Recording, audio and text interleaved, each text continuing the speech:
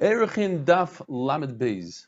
We're discussing the houses in the walled cities. Says the Mishnah, does it include other things as well, or it's just houses? It says in the pasuk, Asher Ba'ir, anything that's in the city. Says the Mishnah includes bathhouses, towers, other structures. So then why does the Torah say bayis, a house? Says the Gemara, it comes to exclude fields. According to Rabbi Yehuda, it also comes to exclude chulsis and mitzula. It's like a stone quarry. Basically, it's a field that you can't plow. You could gather rocks from there, build a house from it, but you can't plow. That's also not included in Batei Arachim. The Navi tells us about Rachav when she lowered the meraglim from her house. It says, Ki beisa bikir hachayma. Her house was in the wall of the surrounding wall.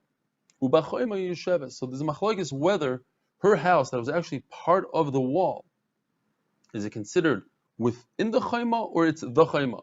If it's within the chayma, so it's batei chayma. But if it's just a wall, then it's not batei chayma according to Rabbi Yehuda.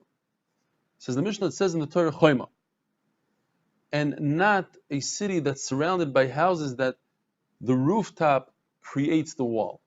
And Saviv, it has to be completely surrounded by walls, and not like Tveria, which used to have 3 sides of it were walled in, but the 4th side was the ocean. The Mishnah brings a list of different cities that have walls. The Brisa says, Gamla in the Galil and Gedud Shebei Yad. By the way, Gamla, if you're in Eretz Yisrael touring, it's a beautiful place to tour. It still has the walls, and it looks like a camel. And in addition to that, you can also see birds of prey, vultures, and other beautiful birds.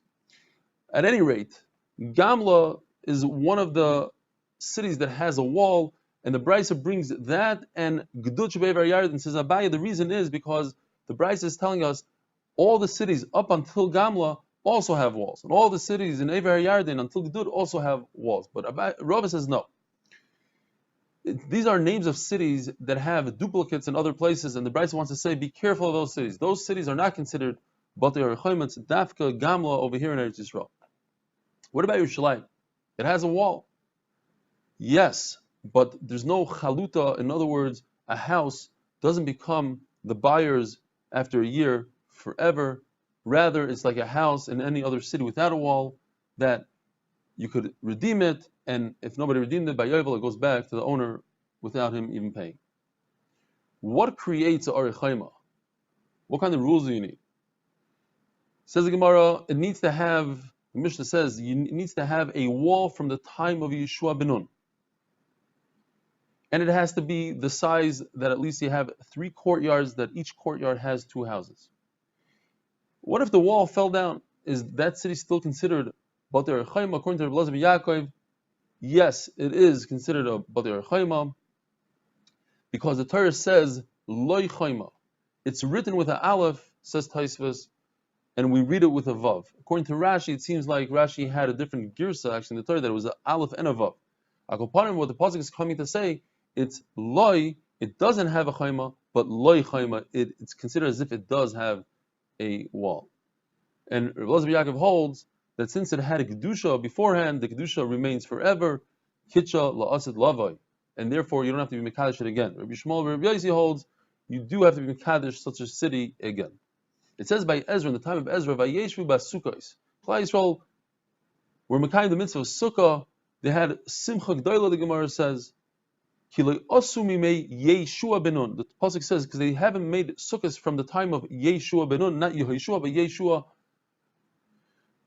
The question is, of course, they had sukkahs, especially in the time of David HaMelech. They had sukkahs.